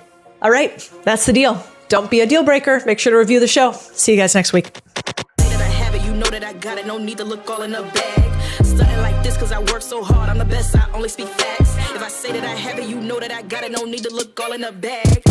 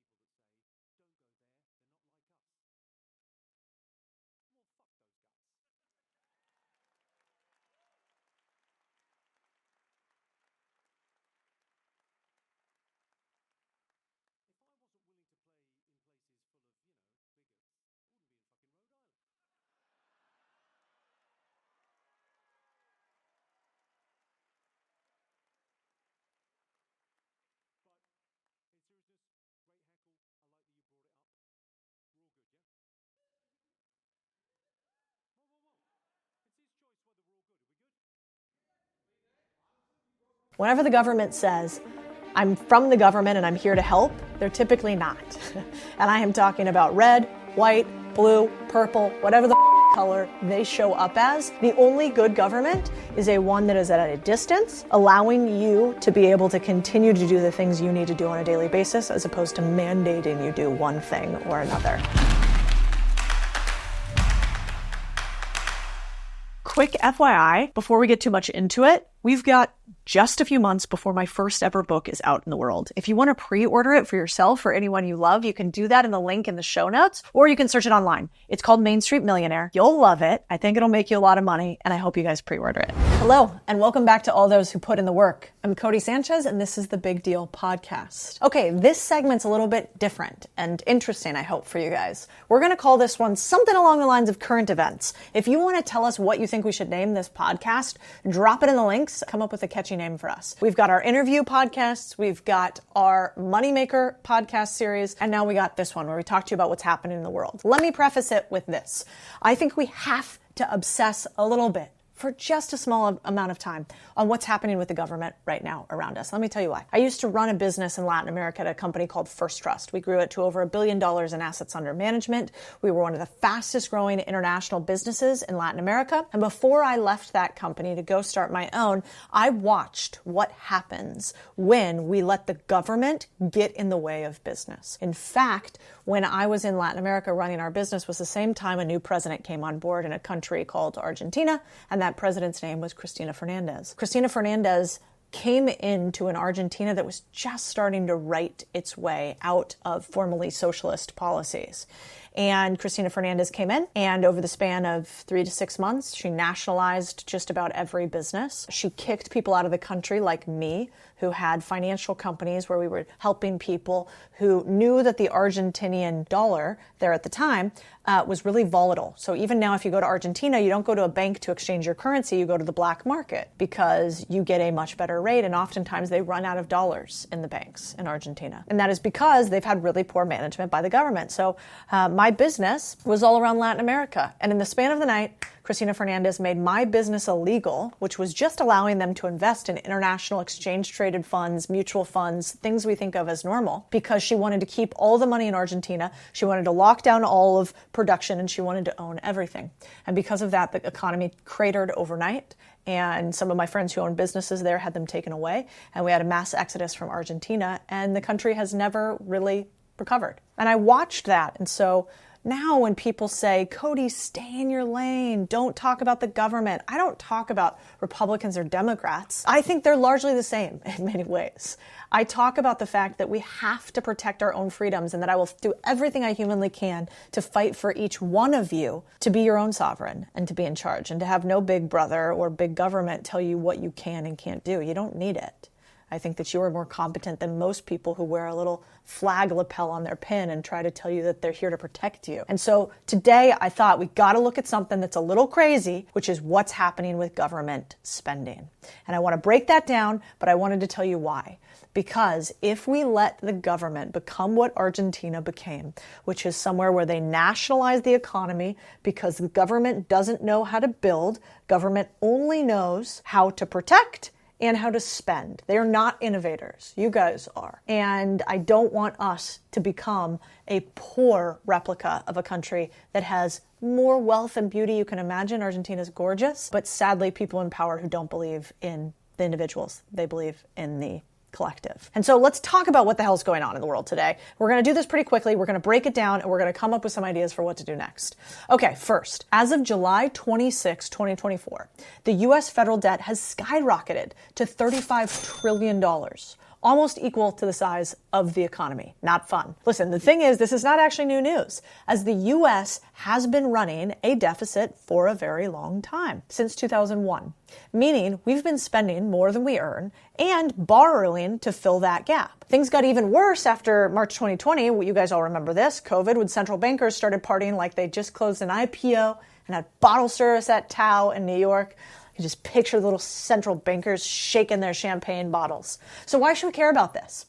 Well, economic ruin does not sound fun. And not to be dramatic, but this debt could lead to a budget crisis, higher interest rates, and economic instability. And so I think we got to really understand it. Because more than that, long term, it could hurt America's standing in the world, which candidly, we can't afford right now. I thought I'd do an episode really clearly breaking down what is going on, why it matters, in a way that won't put you to sleep, but will make you sound smarter than either your neocon, perma-war uncle at the family gathering or your kind of commie, money is a human right cousin who's never had a real job. Cool? Okay, we're going to break it all down. And we're going to read up on what some of the brightest minds in business have to say about this. So let's steal their homework and get into it. But first, don't be greedy. Share the pod with the needy. I repost all of you who tag me in your Instagram stories sharing the pod. So make my day and your bud's bank account swell and share this episode. We see a ton of people downplaying our economic situation, and it makes me nervous. Some of the smartest minds in business are starting to sound the alarm. The contrarian view here is that we should actually be listening to these warnings. You see, our economic challenges, it doesn't mean that we're about blind optimism or doom and gloom. It's about facing hard truths, considering unconventional solutions, and being prepared. All right, so Elon Musk has been sounding the alarm about our financial situation. I know some people don't like him and think he's mean or think he's not great, and that could all be true, but he's definitely smart. And anytime somebody has a bank account bigger than I do and has built something bigger than I have, I like to at least listen to part of it. And I want to break down and see where I disagree or where I agree. But with a guy like this, it's worth seeing what his brain is thinking. So he said things like, the dollar will be worth nothing if the US doesn't do something about its national debt, like this tweet right here. And he's basically talking about the fact that this tweet talks about interest payments on US national debt will shatter 1.1 trillion this year, eating 76% of all income taxes collected. And I think whether you like the guy or not, he's pretty much a legend. And so let's quantify him before I use a few more takes from him and a few more of his research. So think about this for a second. I think that Elon Musk might be one of the best CEOs of our generation. And then you might go, oh, Cody, you're just a fangirl. You're an Elon stooge. Okay, let's qualify this in a few different ways. Do you run a business that is harder than rocket ships in space? No, you probably don't. No, I fucking don't either. Okay, well, he does that business. And not only does he do that business, get this stat, 60% of all satellites in Earth's orbit are now from Starlink. 60%. Look at this image, which basically shows of the 10,036 satellites in the Earth's orbit, Starlink has 6,800 of them. How about from this perspective? The US will launch like 159 rockets this year. SpaceX has already launched 84. Last year, he launched 96. Okay, so he's pretty good at space, one of the hardest games out there. And oh, by the way, if you fuck up, you die.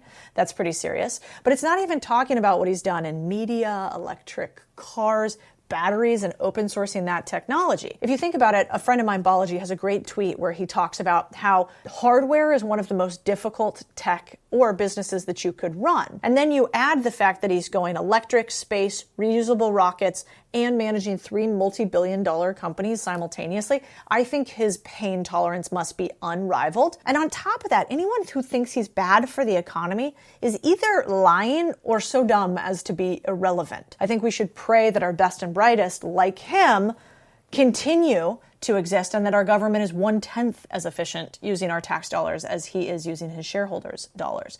In fact, I think if you're wondering if you should date a woman and take her home to your mom, or if you should date a guy and take him home to your dad, you should ask them what they think of Elon Musk. I think it is a great litmus test of intelligence to ask somebody, do you think that Elon Musk is better for society or worse for society? If they say worse for society, cut and fucking run. And so, before we get into more, I just wanted you to know what the man's accomplished, because I think it's really easy to look at Twitter and say his memes are dumb and I don't like that he did this or that. But we've got to go one step deeper than this. So when I was looking at more data from a couple people that I respect highly, from Elon Musk, from Balaji, from another one of my good friends, Brian Westbury, who's an economist, I pulled together a bunch of information on the debt crisis overall in the US.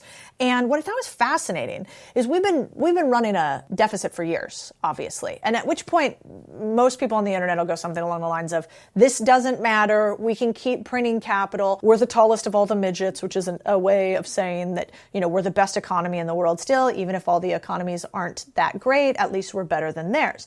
But there's a couple things that that are different than at any time. One is, look at rising interest costs. I mean, the government is spending more and more just to pay interest on the debt. This is becoming one of the largest expenses in the federal budget, which you can see right here looking at this slide. And then look at social programs at risk, like Social Security, Medicare. They could run out of money in the next decade, leaving millions of Americans without critical support. I think if you also want to have a litmus test of an intelligent person, the next question should be, can we continue to have social programs structured the way that we do?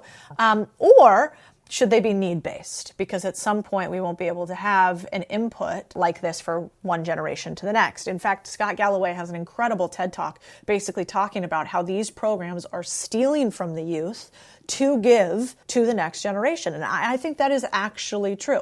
I think if you're a mom, a dad, a grandma, a grandpa, and you look at this data and you don't think that you are stealing from the youth to pay for your generation, you're not looking at the math very clearly. Now, the problem is that the government can't seem to do anything about this. Lawmakers don't want to fix it. It's very unpopular. But why? Because voters are not young people. Voters are middle-aged to older. And so it's human nature. We vote in our self-interest, and those who are older are going to continue to vote these programs on. And, I think there's a really interesting post out there by Balaji. He basically talks about the true state of the financial situation in the US and talks a lot about debt, borrowing, and the value of the dollar. What's interesting, I'm going to break down 3 of these graphs. So the first one, we basically see how when the government puts a program in place, they rarely pull it back. This is important to know. It happened during TARP, that's the Asset Relief Program, which happened in 2008, post-financial crisis. It happened on 9/11 with rolling out widespread ability to keep us safe, but also learn a lot about its citizenry. Never pulled that back as well. So in 2003, the Fed issued more emergency loans than during the 2008 financial crisis.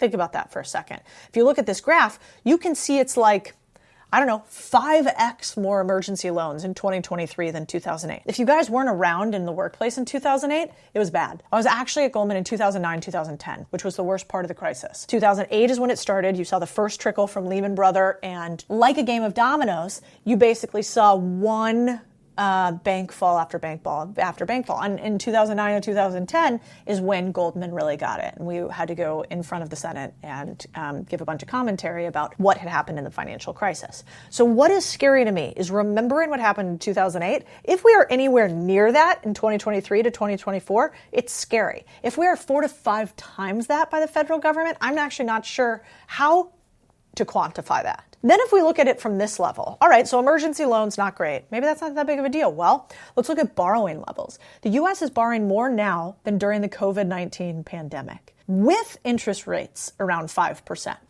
So during COVID-19, we were basically at 0% interest rates. Now we're at 5%. You guys know what that feels like. Have you tried to go get a house lately? Have you looked at the difference in interest rates for the mortgage you could afford 2 or 3 years ago versus now? That is what's happened in the government at scale. This graph is basically showing you, oh my gosh, we are issuing trillions of dollars in bonds. And oh, by the way, we're paying really high interest payments to do it. The next graph is basically showing you interest payments on the national debt that we have. And what's crazy is for the first time ever, we have net interest. So just us paying our interest payments. It's like you having a credit card that instead of you paying off the amount every month, you just pay the interest that you accumulate. That fat debt is still sitting there on your credit card.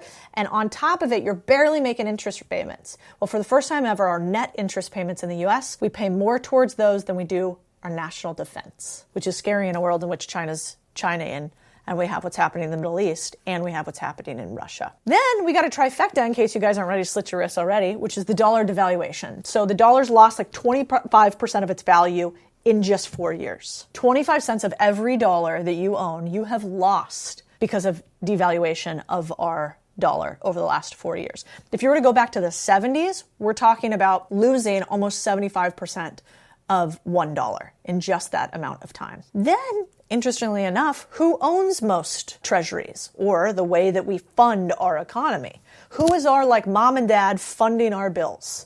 Well, that's China in a lot of ways. China holds more treasury securities than anybody else, but Rutro, since about 2010 when they peaked, 2014 when they peaked again, they are now back to almost historical lows of how much they own of treasuries. So China doesn't want to be our buddy and stabilize our economy anymore. So I talk a lot about business buying and I get a lot of questions about it. One of the most common questions is, where do you find a business to buy? The answer is sad because the worst deals are oversaturated marketplace sites, but the best deals are off-market or curated. Either way, finding a business to buy basically sucks, and I think it should suck less. So that's why we've built something for you guys, BizScout, a business buying marketplace full of only the best deals for both on and off-market. And BizScout is just built different, okay? We've got verified buyers, so the best sellers are actually interested in selling. Scout sites, aka at a glance, what's the quick analysis of this deal? Off-market data, so you can get all the info you need to direct outreach efficiently. Embedded lending, so you can get your financing for the business right where you buy it. BizScout is going to change the face of Main Street buying and selling. Probably not immediately. We have a lot more work to do, but I want you guys to be part of it, to be part of the buyers and builders in this next round. So you guys are one of the first to hear. Go to bizscout.com and check it out. Then we've got the BRICS. I remember when these got created when I was at Goldman, which is Brazil, Russia, India, and China. It's a grouping of countries that came together to sort of combat U.S. dominance, right? They came together and said, what if we create a coalition between the four of us? Well, it turns out that many people outside of the U.S., including the BRICS nation, which are a huge block of power, are buying large amounts of gold instead of U.S. treasuries. I mean, check this out. You can basically see that during the financial crisis, we had record high levels of gold bought. More gold than I know how to quantify. We got Fort Knoxes of gold all around the globe. Well, guess what? We're just about to surpass that level of gold held in 2024.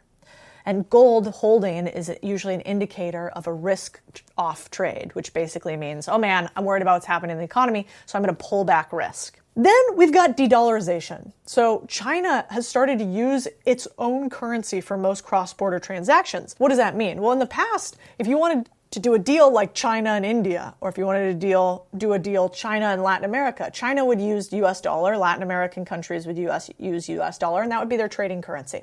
China's now said, nah, we're going to use our own. We're going to use the yuan. And that basically means that we're seeing more deals done in Chinese currency than the US currency, at least by China. And that's not great because that decreases the amount of liquidity and usage of our own currency, which we don't want. Then we made another kind of series of dumb decisions. We had a sanction on Russia and Europe that we thought was going to hurt Russia, but actually ended up hurting Europe more. So we said, no natural gas, no energy for you, Europe. We're going to shut you off from Russia because Russia really needs your cash. Turned out not to be the case. The other problem with this, it's like a little highbrow to understand, is like, imagine we used to use the dollar. You were supposed to use the dollar as a government. You were supposed to say, we do not politicize our usage of the dollar. You just go out and for anybody who wants to use the dollar, trade it back and forth amongst people, go off and prosper. Well, the second that you start politicizing the dollar, which means saying, hey, we are going to use sanctions on Russia. We are going to tell them they can't trade in USD. Well, what happens? They start using other currencies and going to other providers, and that's what's happened in Russia. Then the other thing that's a little scary is from a peacetime perspective, usually in times of peace, not times of war, debt goes down. But what has happened to us since the 1900s? Well, we have skyrocketed post-2000 to some of the highest levels of national debt we've ever had. And all of this together tells me that there is something to worry about. And we'll get into answers of what you do next, but have you ever tried to solve a problem without having proper context for a problem? Have you ever started to sit down and think, how do I fix my business? It's not working. How do I fix my relationship? It's not working. Well, if you go to fix your relationship and you're like, you know what I'm going to do? I'm going to love language the shit out of them. I'm going to buy her so many flowers and gifts and presents and outings. And you don't actually understand why your wife is upset is because she just wants quality time with you and you to listen to her more and you to be kinder to her. She doesn't want fancy things. She doesn't want flowers. If you don't understand the situation you're in, you can't actually fix it. So I think one of the most important parts of this podcast is to understand what's going on in our world around us so that we can fix it and we can prepare for it properly. So what's interesting is, according to my friend Balaji, who is the CTO of Coinbase, one of the smartest men I know, and did this famous tweet right here, I just burned 1 million to tell you that they're printing trillions. His point here was, I'm concerned about the chance of a crisis. And so Balaji thinks there's a 10% chance of a crisis happening soon, a 70% chance in the next 2 years, which is scary because he's very smart. Now, what does that look like? If you look back at history, it took just 2 days from the collapse of SVB, you guys remember Silicon Valley Bank sort of collapsing and everybody freaking out, to then the government printing $300 billion. Within 2 weeks, $500 billion was withdrawn from local banks seeking safety. That was one bank and its ripple effect. Lockdowns due to COVID-19 were implemented just 2 months after the virus hit the US. The financial crisis was only acknowledged 2 quarters after Ben Bernanke, the chairman of the Fed at the time, mild recession, famously, mild recession prediction.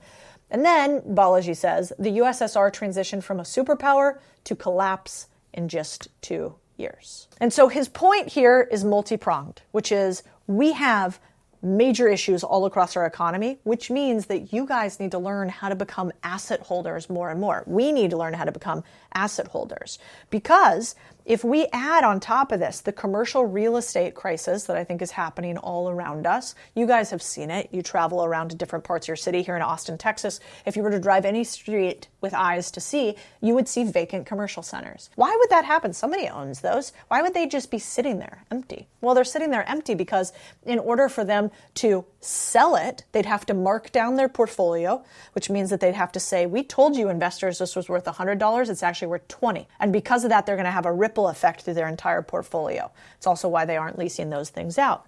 Then we've got pension crisis. We've got underfunded pensions to the tune of like $1.4 trillion with a T. We've got auto loans rising in their default rate, which means people not about to pay them. I think that's also at risk. We've also got record high credit card debt. So $930 billion in credit card debt in the US. This is a all-time high. And then we've got more people moving away from the dollar. So we've got some serious issues here in this country, which is why I impress upon all of us to really think about how do we get to financial freedom and protect ourselves from an environment in which we have global uncertainty that we've probably never seen before. I think maybe the only place that's worse off in some degrees is Europe, because they're literally playing a game of 1984 between the government instituting that somebody could get jailed because of what they tweet or put on Facebook is something that I never thought I'd see in my lifetime. All right, let's get into some wild and crazy stuff now that we're talking about 1984 in Europe, because why not? Crazy idea. I don't think it's awesome to have Facebook CEO Zuckerberg tell you that he was lightly coerced into censoring news during the last election cycle and also during COVID. I don't think it's awesome to have a founder of a tech company arrested in France for not sharing information on citizens. I definitely don't think it's awesome for governments like the UK and the European Union to say that they would come after even US citizens for things that they say online that they don't like. Elon Musk posted this tweet, which is sadly kind of true. It's 2030 in Europe and you're being executed for liking a meme, which increasingly feels like that could be reasonable. But what's fascinating to me is we don't seem to be very good at second and third order effects. We think that if one party tells us something we don't like, we should censor them. But we don't actually think about the opposite, which is what happens when your party or the opposite party from yours says something that you don't like. What happens when your guys go out of power and the other guys come into power?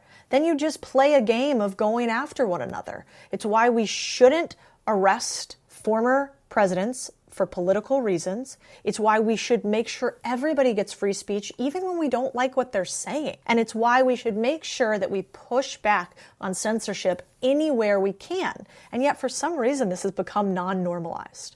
It's become okay for people to say that you shouldn't be allowed to talk. Stay in your lane. You're not an expert. Motherfucker, no. I'm an expert as an American in the First Amendment, which is that we have the right to free speech. And I do not think we should allow anybody to push back on that. Now, I got to read this next thing to you because let's go back to Argentina and Venezuela, where I had a business before. So if you've never been to Venezuela, you probably didn't know that if you wanted to buy a chicken, this is how much money you would need, or about 14 million bolivars, which is their version of $1. That would be the equivalent to $2.22 USD. 14 million bolivar to $2.22. Now, how did it happen where in Venezuela, their currency became worth so little that they make purses out of it like this on the street?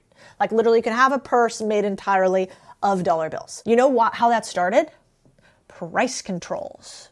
2 words that sound awesome and actually are not, which is probably why that quote is true, that the road to hell is paved with good intentions. It just sounds so good. I go to the grocery store and I see the prices of groceries today and I get pissed. I'm like, why do I have to pay $20 for this fancy organic XYZ? The problem is that we don't want the government to set anything. And let me explain and I'm not going after one candidate or another. I won't even say who said this idea about price controls. All I will say is, if you want a masterclass in price controls, go look at Venezuela and Argentina and see how it worked out for them. Spoiler, not great. So, I want to read you a tweet from a friend of mine. We should just listen to what he has to say about it. This is a friend of mine, Robert, who is the CFO of a company. He's saying people need to stop overreacting about X's plan to reduce food inflation, as it would lead to communism, mass starvation, and the end of America. He's like, come on, I worked in M&A in the food industry. Here's a step-by-step summary of what would actually happen. Step 1, the government announces that grocery retailers aren't allowed to raise prices. Grocery stores, which operate on 1 to 2 net margins, can't survive if their suppliers raise prices. So the government announces that food producers, next line, also aren't allowed to raise prices. Okay, well, not all grocery stores are created equal, so stores in lower income areas make less money than high income ones, right? Because these aren't able to cover their overhead, grocery chains start to shut down. So that means we have food deserts in rural areas, in low income urban areas. That becomes even worse. Meanwhile, margins for food producers going down. Their primary costs, ingredients, energy, and labor, aren't fixed, and they have shrinking profits. So, number 5, grocery stores, which have finite shelf space, start to repurpose their stores, those that didn't have to shut down, to sell more non-price controlled items. So your local Kroger or Safeway starts to look and feel more like a Walmart. Food producers then stop making products with lower margins. No eggs or milk or bread because they can't make any money on it, so their businesses are starting to die. So then they compete on things like payment terms and how long you can pay for something. Then small grocery chains start to shut down entirely, so whole chains. Or they get sold to larger chains like Kroger. In addition, not being able to cover the fixed costs, a major reason is because they can't secure delivery of products due to producers prioritizing sales to larger customers and those that might stay in business because they have to float sometimes the customer payment. So the smaller food producers, which typically sell via distributors rather than right to the grocery stores, they go out of business because these producers have an additional step in their value chain. So they actually have higher costs because you're a smaller guy. As supply chains break down, lines start to form outside grocery stores every morning. Now, cities assign police officers to patrol store parking lots, and food producers draft contingency plans to assign armed escorts to delivery trucks. Step 10, the federal government announces a program to issue block grants for states to purchase and operate shuttered grocery stores, because government's here to help. The USDA also seizes closed down production facilities because you're not allowed to close down. 11, the government announces that prices for all key food costs, corn, wheat, cattle, energy, are now fixed to stop profiteers, in air quotes, from gouging the now government-operated food industry. 12, shockingly, the government struggles to operate one of the most complex industries on the planet. The entire food supply chain starts imploding. What happens next? Communism, mass starvation, and the end of America quickly ensue. Hey, wait a second. And you have to laugh at this slightly, except that it's a tale as old as time. I had a friend who ran, I kid you not, a distributor for Mercedes-Benz in Argentina. And when Cristina Fernandez came in and took over the government, they nationalized his business and they mandated he produced coffee. This motherfucker knew nothing about coffee, but they could export coffee. And she no longer wanted to allow imports of Mercedes-Benz. So what happened? He tried for a while before the business went under because he had no idea what he was doing. That is the problem with when we try to have the government as big brother taking care of anything. And like, this is where some people go, well, some price controls are great. And you're right. Some price controls are necessary so profiteers do not gouge the American public. Like, for instance, you could say, what about pharma? What about those fuckers in pharma just charging us $1 million for everything? And you'd be right in some ways. For instance, US drug prices are roughly 3x higher than prices anywhere else. And yet we account for roughly a third, up to 60% of the revenue of US pharma companies. In some places, price controls are intelligent. Like, for instance, we should be thoughtful about life-saving drugs and trying to make sure that we have price controls so people can have access to them and there doesn't become a massive amount of profiteering. But the problem becomes when we think that something that works on the edges works across the board. And that is the truth of what's happening right now in the US. So the truth of the matter is, we got some work to do. But I think what you need to realize listening to all of this is that your ability to earn is really focused on two things. That is your willingness to continue to do what it takes and your ability to pick the right market for you. That market increasingly is something that you have to think about when it comes to federal and regulatory oversight. Lots of people these days like to play in online businesses, for instance. They like to play in businesses that seem a little bit sexier.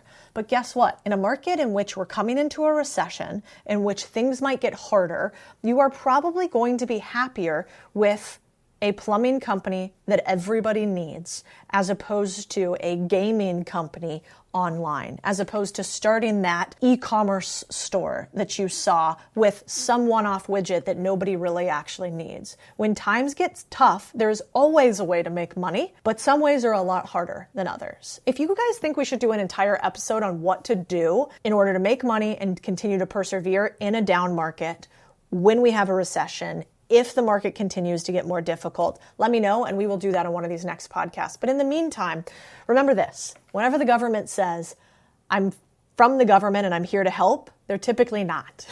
And I am talking about red, white, blue, purple, whatever the fuck color they show up as. The only good government is a one that is at a distance, allowing you to be able to continue to do the things you need to do on a daily basis, as opposed to mandating you do one thing or another.